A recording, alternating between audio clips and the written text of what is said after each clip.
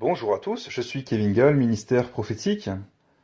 Nous sommes le 6 décembre 2017, il est 20 heures, et j'aimerais faire une vidéo d'éclairage pour les chrétiens mal affermis, mais également pour les chrétiens qui sont affermis, mais qui ont besoin d'être éclairés de nouveau, voire corrigés, sur une doctrine du Nouveau Testament qui est essentielle, qu'il faut comprendre et qu'il faut prêcher et crier sur les toits.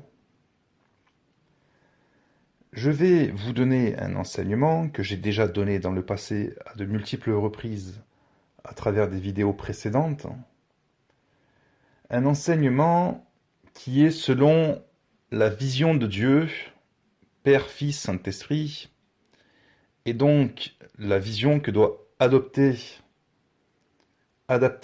l'Église à l'égard de Jérusalem, puisque c'est une question qui est à l'ordre du jour, étant donné que le président américain Donald Trump a décidé comme ça de reconnaître que Jérusalem était la capitale d'Israël.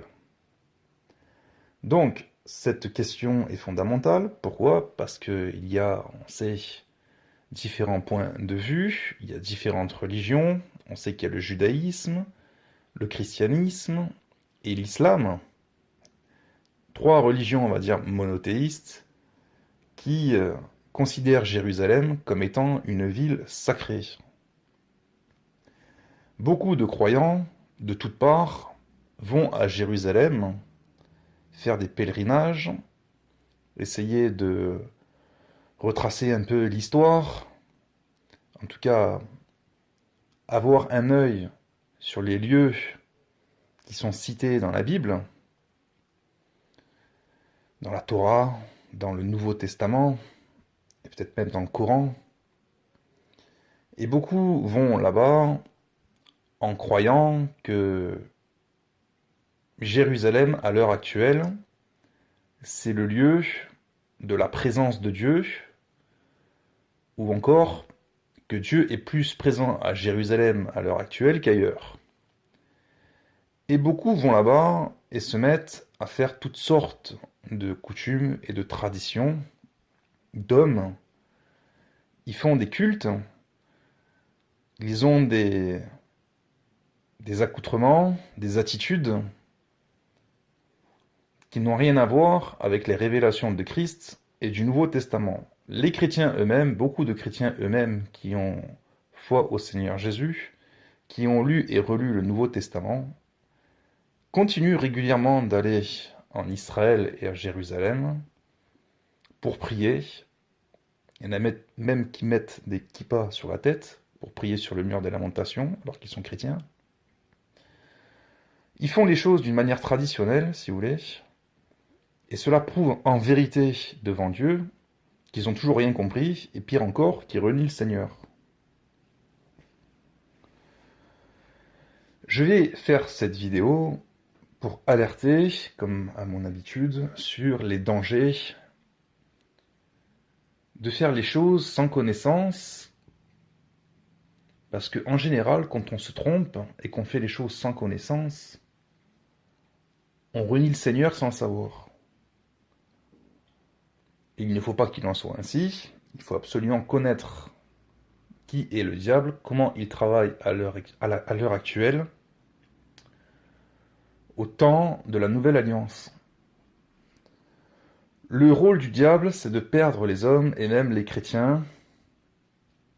Et en général, il s'occupe des mal affermis, ceux qui manquent de consistance, ceux qui ne sont pas affermis par les Écritures, et ceux qui se laissent aller et emporter à tout vent de doctrine. On sait que le diable, c'est le semeur d'ivrés. Il véhicule comme ça des mensonges et des doctrines de démons. Et tous ceux qui y croient, malheureusement, se mettent à renier le Seigneur et à se perdre. Et à l'heure actuelle, dans le temps de la grâce, le temps de la Nouvelle Alliance, le temps du Nouveau Testament avec Jésus et les commandements du Seigneur, venus également par ses apôtres, par les épîtres, on sait que nous ne sommes plus sous des lois que Christ a accomplies. Mais les lois que Christ a accomplies, il les a également abolies. C'est-à-dire qu'il ne faut plus chercher à accomplir des lois mosaïques que Christ a accomplies et donc abolies. J'arrête pas de l'expliquer, j'ai fait une vidéo, allez voir la vidéo « Synthèse, fable judaïque, antichrist ». Vous allez voir, vous allez comprendre comment le diable travaille à l'heure actuelle pour faire en sorte que les chrétiens les plus mal affermis retournent dans le judaïsme, dans des lois que Christ a abolies. Et on sait dans le Nouveau Testament que Paul a beaucoup écrit, et notamment aux Galates, pour expliquer que celui qui cherche la justification en mettant en pratique une œuvre de la loi que Christ a accomplie et donc abolie, un tel homme est déchu de la grâce. Il a renié Christ. Et il dit clairement qu'il est maudit. Et que si il faut faire une œuvre de la loi pour chercher la justification, comme par exemple la loi du sabbat, on sait qu'il y avait des lois dans la loi du sabbat, et que si on n'accomplissait pas à l'époque de Moïse et des prophètes d'Israël des lois sur le sabbat, à la lettre, malheureusement, il y avait des condamnations à mort. Il y a ce passage biblique que vous connaissez tous, un homme ramassait du bois le jour du sabbat, ça a suffi pour qu'il soit condamné à mort. Bien évidemment, nous sommes dégagés de ces choses qui étaient lourdes, qui étaient pesantes. Christ les a pris, il les a cloués à la croix. Nous sommes donc dégagés de ces ordonnances. Paul explique qu'il y a deux Jérusalem. Il y a la Jérusalem terrestre et il y a la Jérusalem céleste. Et Jean a beaucoup parlé de la Jérusalem céleste, Pierre également. Ils nous ont fait comprendre qu'il fallait que nos yeux, en tant que chrétiens, soient fixés en haut, sur la Jérusalem céleste et non plus sur la Jérusalem terrestre. Et je vais me servir d'un passage qui se trouve dans Galates chapitre 4, à partir du verset 21, où là il est question d'une allégorie, d'une métaphore. Paul écrit pour nous faire comprendre la différence entre les choses célestes et les choses terrestres qui sont passées. Verset 21. Dites-moi, vous qui voulez être sous la loi, n'entendez-vous point la loi? Car il est écrit qu'Abraham eut deux fils, un de la femme esclave et un de la femme libre. Donc on sait qu'Abraham a eu Ismaël par Agar et qu'il a eu Isaac par Sarah, qui était véritablement sa femme. Mais celui de l'esclave naquit selon la chair, donc Ismaël.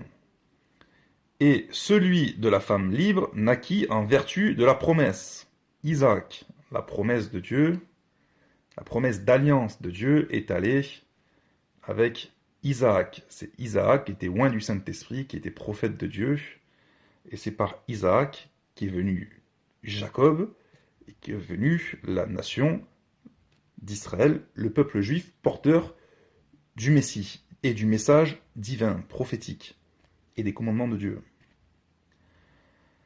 Verset 24. Ces choses sont allégoriques, car ces femmes sont deux alliances, l'une du mont Sinaï, enfantant pour la servitude, c'est Agar. Car Agar, c'est le mont Sinaï en Arabie, et elle correspond à la Jérusalem actuelle, qui est dans la servitude avec ses enfants.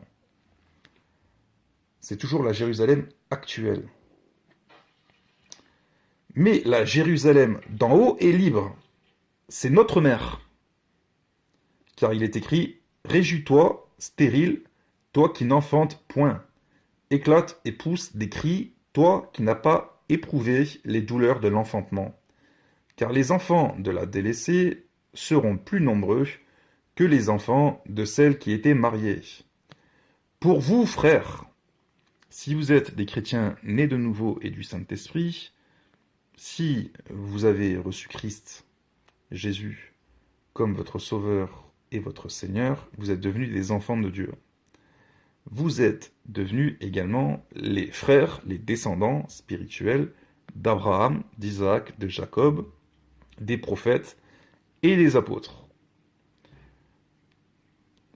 Pour vous, frères, c'est valable donc pour l'Église, les vrais chrétiens à l'heure actuelle. Comme Isaac, vous êtes enfants de la promesse. On a compris que les vrais enfants de Dieu, selon la promesse de Dieu, ce n'étaient pas les enfants d'Abraham selon la chair, mais les enfants spirituels en vérité. Par l'alliance faite avec Christ, par la foi en Christ. C'est ça la révélation qu'on a du Nouveau Testament, parce que c'est ça qui compte. C'est d'être greffé à l'olivier franc qui est Christ. C'est d'être sauvé. C'est d'entrer dans le royaume de Dieu, qui est la véritable terre promise. On a compris que l'ancienne alliance, l'Ancien Testament, c'était des histoires et des commandements, pour la plupart, que Dieu avait donnés, mais qui étaient en vérité une ombre. C'était allégorique. Jésus, par la croix, par sa mort, il a cloué beaucoup d'ordonnances, et en vérité, il a fait le transfert entre l'ombre et la lumière, entre les choses qui étaient physiques et les choses qui étaient spirituelles. L'Ancien Testament nous fait en vérité comprendre des réalités spirituelles. Donc on n'a plus à considérer la Jérusalem d'en bas, la Jérusalem actuelle, comme étant la Jérusalem où Dieu est présent, dans laquelle il faut établir son temple et dans laquelle il faut entrer, également pour expier les péchés du peuple, etc., etc. Tout ceci se déroule dans le ciel. Vous m'avez compris. Donc cette Jérusalem d'en bas est toujours sous la servitude. Elle est, en vérité, pour le judaïsme, une mère, une patrie, mais pour les véritables chrétiens, elle est ancienne. C'est ce que Paul veut faire comprendre, c'est pourquoi il dit de la chasser. Pour vous, frères comme Isaac, vous êtes enfants de la promesse.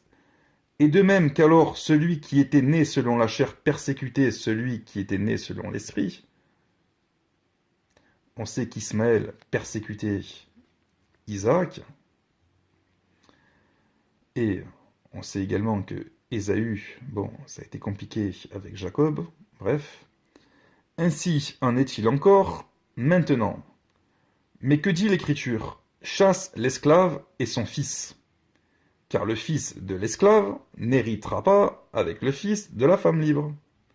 Donc là, il est vraiment en train d'appuyer, de faire comprendre qu'il y a vraiment deux alliances. L'une qui est ancienne, et qui n'a plus à être, et une qui est nouvelle, et dans laquelle les chrétiens sont entrés, et dans laquelle l'humanité, en vérité, doit entrer. Mais c'est impossible, puisqu'en vérité, on sait que ceux qui entrent dans la vie sont ceux dont les noms sont inscrits dans le livre de vie dès la fondation du monde. Ce sont les enfants de la promesse.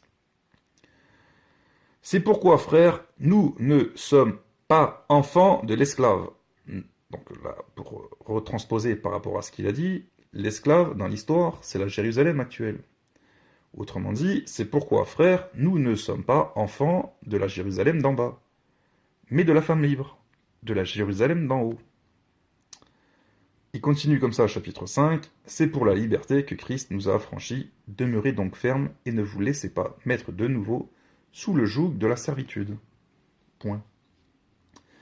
Donc là, Paul, dans toutes ses lettres en vérité, puisqu'il passait son temps non seulement à lutter contre les Juifs, pour les amener à Christ et les transférer dans le royaume de Dieu en esprit, et même pour le salut, mais il luttait également contre les faux frères, les faux circoncis, les faux chrétiens, des chrétiens qui passaient leur temps à judaïser l'Église, à vouloir ramener les vrais chrétiens sous le joug de la servitude avec des lois judaïques que Christ a accomplies, donc abolies. Voyez. Donc, tout ceci nous fait comprendre que, en vérité, il ne faut pas chercher 50 millions de solutions pour la Jérusalem actuelle. En vérité, pourquoi il y a un tel problème avec la Jérusalem actuelle? C'est parce que Dieu l'a voulu ainsi pour que les hommes tournent leur regard vers la Jérusalem céleste. C'est ça le secret, c'est ça le mystère en fait. Ce qu'il faut comprendre par la révélation de l'Esprit. Pourquoi il y a un tel problème? Pourquoi on ne peut pas la solutionner, si vous voulez, cette Jérusalem? Pourquoi c'est vraiment source de conflit? Pourquoi Dieu permet tout ça? Tout simplement pour que les hommes comprennent qu'ils ne doivent pas tourner leur regard vers la Jérusalem terrestre à l'heure actuelle, mais vers la Jérusalem céleste, comme l'a expliqué Christ, Paul, Pierre et Jean dans Apocalypse. Donc, pour reprendre le discours de Donald Trump qu'il vient de faire, qui lui, comme ça, il décide que Jérusalem, c'est la capitale d'Israël. Un vrai chrétien, il ne doit même pas se préoccuper de ce qui se passe à Jérusalem à l'heure actuelle. Oui, d'un point de vue des prophéties, pour regarder, on sait qu'à la fin des temps, Jérusalem sera la capitale du monde. Et celui qui va régner dessus, c'est l'Antéchrist, avant le retour du Christ. Donc s'il y en a un, en vérité, qui a vraiment les yeux attachés à Jérusalem à l'heure actuelle, c'est l'Antéchrist, c'est son esprit. Autrement dit, c'est le diable. Parce qu'il fait tout à l'heure actuelle pour orchestrer des choses de manière à s'y établir. Pour prendre la place de Christ. C'est le plus grand blasphème. Dieu va permettre ça, en fait, pour égarer la multitude. On sait qu'une puissance d'égarement doit être envoyée à la fin des temps. On a expliqué, on a enseigné, on a détaillé tout ça dans les vidéos précédentes, les enseignements précédents, etc., etc. Donc, tout ceci pour faire comprendre que Jérusalem, à l'heure actuelle, est un lieu de conflit, tout simplement parce que la question est mal posée. Les regards sont mal tournés. C'est pas vers Jérusalem qu'il faut regarder, c'est pas là-bas qu'il faut mettre les pieds, c'est là-haut. Et tant que les hommes regarderont en bas, il y aura des conflits. C'est pourquoi il n'y a pas de solution. Elle est là la véritable réponse et la véritable révélation. Il n'y aura jamais de solution concernant la Jérusalem d'en bas, tout simplement parce que Dieu fait exprès de créer en fait une désharmonie là-bas, un désordre, une confusion entre les hommes, entre ces trois religions-là. Il fait exprès en fait de ne pas donner de solution, tout simplement parce qu'il n'y en a pas. La seule solution qu'il y a à avoir, à donner pour régler le conflit en Israël à Jérusalem, entre le conflit israélo-palestinien, il faut que tous les hommes là-dedans, juifs et musulmans, tournent leur regard vers Christ et vers la Jérusalem d'en haut. Le jour où arabo-musulmans et juifs tourneront les regards vers Christ, vous verrez qu'il n'y aura plus de conflit, ni d'histoire de frontières, ni d'histoire de Jérusalem, ni d'histoire de temple à reconstruire, ni quoi que ce soit. Parce que c'est là-haut que ça se passe. Jésus a déjà accompli ces choses. On sait que quand il est mort, lors de la crucifixion, le voile du temple s'est déchiré. Ça donnait accès au Père. C'était allégorique. Vous voyez, c'était symbolique. Ça donnait accès au Père en esprit dans le royaume. Puisqu'il est venu, il a apporté devant Dieu son propre sang pour expier les péchés des hommes, principalement ceux qui allaient croire en lui, ses enfants, par la foi. Ils allaient recevoir l'expiation de leurs péchés et le salut pour entrer dans la véritable terre promise qui est le royaume de Dieu, le royaume des cieux. Il a expliqué ça dans les évangiles. Ça a été expliqué par Paul dans la lettre aux Hébreux. Il a été le souverain sacrificateur céleste. Donc, tout ceci, je suis en train... Pourquoi j'explique tout ça en fait? J'explique tout ça parce qu'il y a des chrétiens. Il y a deux types de chrétiens. Il y a les chrétiens dont Dieu a compassion parce qu'ils sont dans l'ignorance, mais ils ont de l'humilité et ils sont enseignables et ils reçoivent la vérité. Ça va dans la bonne terre. Et il y a un deuxième type de chrétiens que Dieu ne supporte pas, que Dieu n'aime pas. C'est les insensés, qui comprennent rien, qui tordent le sens des Écritures pour leur propre ruine, et qui font plus de tort à Dieu, en vérité, et au peuple de Dieu, qu'autre chose. Cette deuxième catégorie, j'ai aucun pouvoir là-dessus, il y a de la malédiction là-dedans, c'est très compliqué.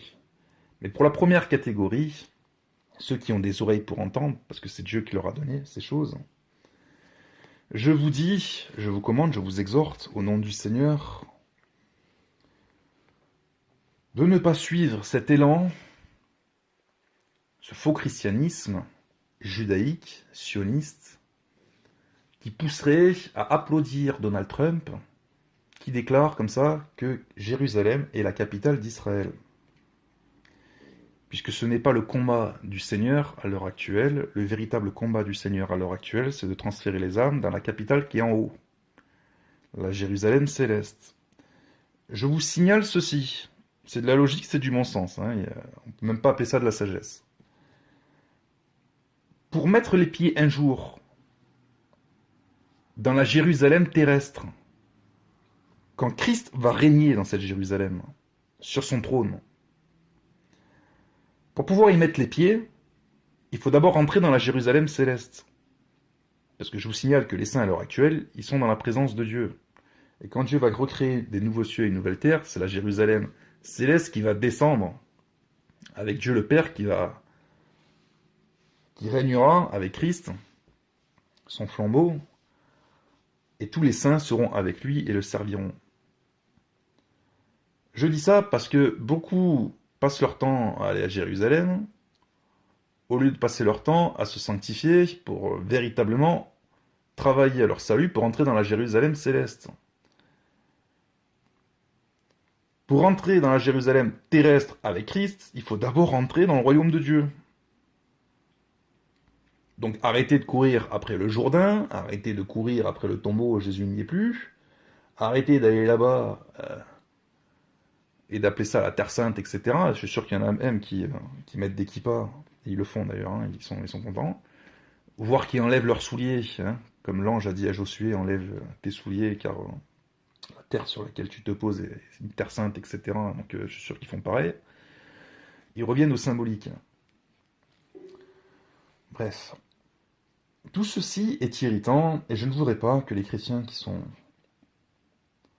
appelés à être éclairés par le Seigneur, par sa compassion, tombent dans le piège du diable, qui est de rentrer dans ce conflit israélo-palestinien, dans ce faux christianisme sioniste, qui est de prendre part à un combat, si vous voulez, qui n'est pas spirituel, parce que beaucoup soutiennent Israël, au lieu de chercher à soutenir l'Évangile, et amener les Juifs, si vous voulez, dans le royaume de Dieu. Parce qu'il y en a qui, je ne sais pas pourquoi, ils préfèrent se mettre du côté d'Israël que du côté des Palestiniens. Mais Dieu ne nous a pas appelés à nous mettre du côté d'Israël plus que du côté des Palestiniens, sachant que du côté des Palestiniens, il y a aussi des chrétiens, je vous signale. Bref, le véritable combat du Seigneur, c'est l'Évangile. Le transfert doit être là-haut. Les regards doivent être fixés là-haut. Les pieds doivent marcher là-haut. Et Donald Trump, qui passe son temps à parler de Jésus, à dire qu'il est chrétien, à se faire passer pour un chrétien, jusqu'à parler là qu'il est les vrais enfants de Dieu, etc. Bon, bref. Il n'a aucun comportement, lui, de chrétien. Je vous signale que Satan est fort pour se faire passer pour un ange de lumière. On sait que les démons aussi croient que Dieu existe et ils tremblent. Donc lui, ce qu'il fait, ça n'a aucun sens. Ça n'a aucun sens.